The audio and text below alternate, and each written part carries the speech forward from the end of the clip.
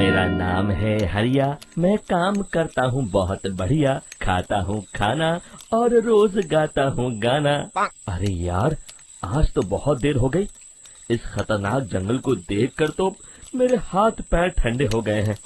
अगर मैं वक्त पर गांव नहीं पहुंचा तो मालिक बहुत नाराज हो जाएंगे। तभी हरिया को एक आवाज सुनाई देती है। सुनिए हरि जी। अरे, ये आवाज किसने दी? तभी हरिया को सामने कुछ दूर एक औरत खड़ी दिखाई देती है।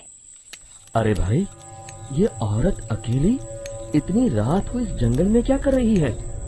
चलकर पूछना पड़ेगा। फिर हरिया अपनी बैलगाड़ी उस औरत के सामने लाकर रोक देता है और उससे पूछता है। अरे सुनिए, आप इतनी रात को इस खतरनाक जंगल में अकेली क्या कर रही हैं? तभी वो औरत मीठी आवाज में कहती है। अरे हरि जी, आप आ गए। मैं कब से आपका इंतजार कर रही थी। वैसे तो यहाँ से काफी लोग गुजर चुके हैं, लेकिन मैं खास आपका इंतजार कर रही थी। अच्छा, तुम सच कह रही हो? मुझे तो यकीन नहीं हो रहा है। वो क्या है ना, आज तक किसी ने मुझसे इतने प्यार से बात नहीं की। हाँ हाँ हरि जी, मैं सच कह रही हूँ। अब देर मत करिए और जल्दी से मुझे मेरे घर तक छोड़ दीजिए। हाँ हाँ, कौन सी बड़ी बात है, अभी छोड़ देता हूँ। आप मेरे पीछे बैलगाड़ी में बैठ जाइए और मुझे रास्ता बताते चलिए। फिर वो औरत हरिया की बैलगाड़ी में बैठ जाती है और हरिया बैलगाड़ी हाँकता हुआ आगे चल पड़ता है। फिर उस औरत के बताए हुए रास्ते पर चलते चलते हरिया बैलगाड़ी लेकर एक काली गुफा के आगे आकर रुक जाता है। हरिया उस औरत से पूछता है। हाँ देवी जी, आपका घर कहाँ है? यहाँ तो एक गुफा के अलावा और कुछ नहीं है। तभी अचानक वो औरत हवा में उड़ने लगती है। देखते ही देखते उसका सुंदर रूप एक डरावनी चुड़ैल में बदल जाता है और वो जोर जोर से हंसती है। अरे तू तो एक नंबर का बेवकूफ निकला। तू तो बड़ी आसानी से मेरी बातों में आ गया। अरे मर गया रे, ये तो एक चुड़ैल है। हे भगवान बचा ले, ये तो बड़ी डरावनी दिखाई दे रही है। और फिर अगले ही पल हरिया की बैलगाड़ी में रखा सारा सामान हवा में उड़ता हुआ उस काली गुफा के अंदर चला जाता है और वो चुड़ैल भी उस गुफा के अंदर जाकर कहीं गायब हो जाती है। हरिया ये नजारा देख बुरी तरह घबरा और परेशान हो जाता है। अरे, ये चुड़ैल तो मेरा सारा सामान लेकर गुफा में गायब हो गई। अब क्या होगा? अगर मैं गांव खाली हाथ गया तो मालिक मेरी अच्छी खबर लेंगे। मेरी इस बात का कोई यकीन भी नहीं करेगा। फिर आखिर वही हुआ। हरिया के मालिक चंपक सेठ को हरिया की किसी भी बात पर रत्ती भर भी यकीन नहीं हुआ। चंपक सेठ को लगा हरिया झूठ बोल रहा है और उसने ही लालच में आकर सारा सामान हड़प कर लिया है। फिर हरिया को बेईमान समझकर चंपक सेठ उसे काम से निकाल देता है।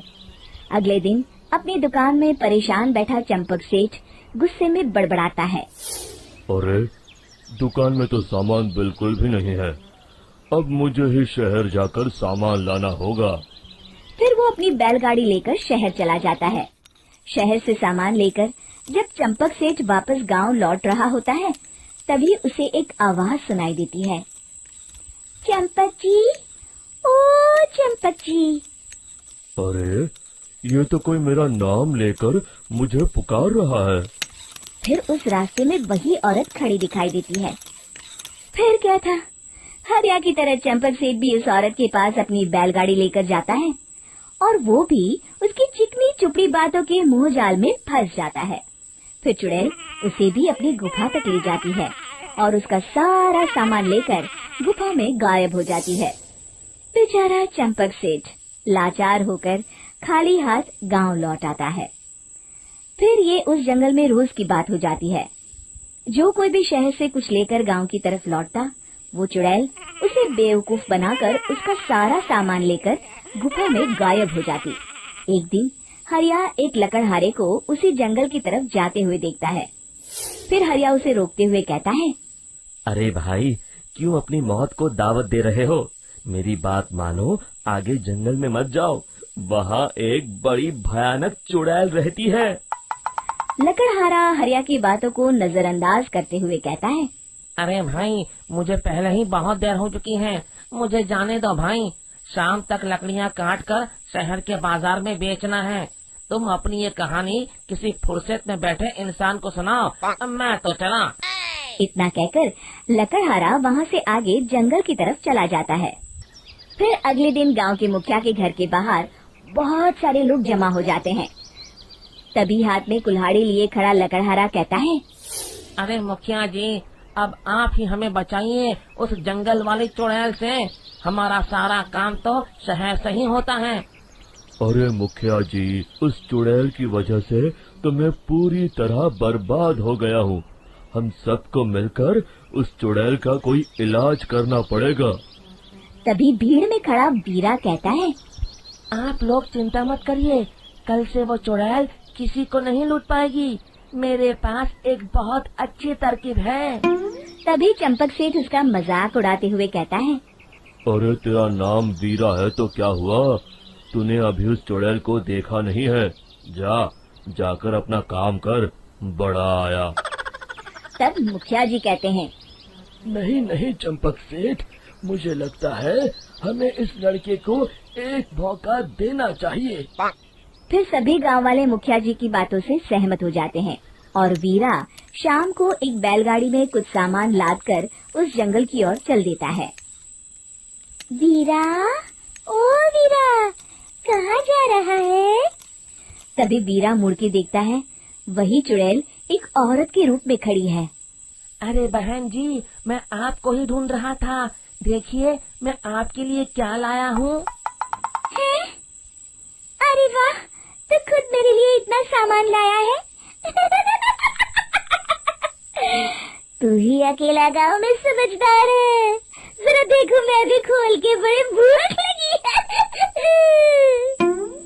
जैसे ही चुड़ैल उस सामान पर से कपड़ा हटाती है, एक भगवान शिव की तेज रोशनी उसके अंदर मूर्ति से निकलती है और चुड़ैल अपने असली रूप में आकर जलने लगती है। अरे मैं जल रही हूँ, बचाओ! बचाओ! ओम नमः शिवाय, मर गई मैं! देखते ही देखते वो चुड़ैल राख के साथ उड़ जाती है और सभी गांव वाले भी वहां जाते हैं। शिक्षा बुराई पे सदा अच्छाई की ही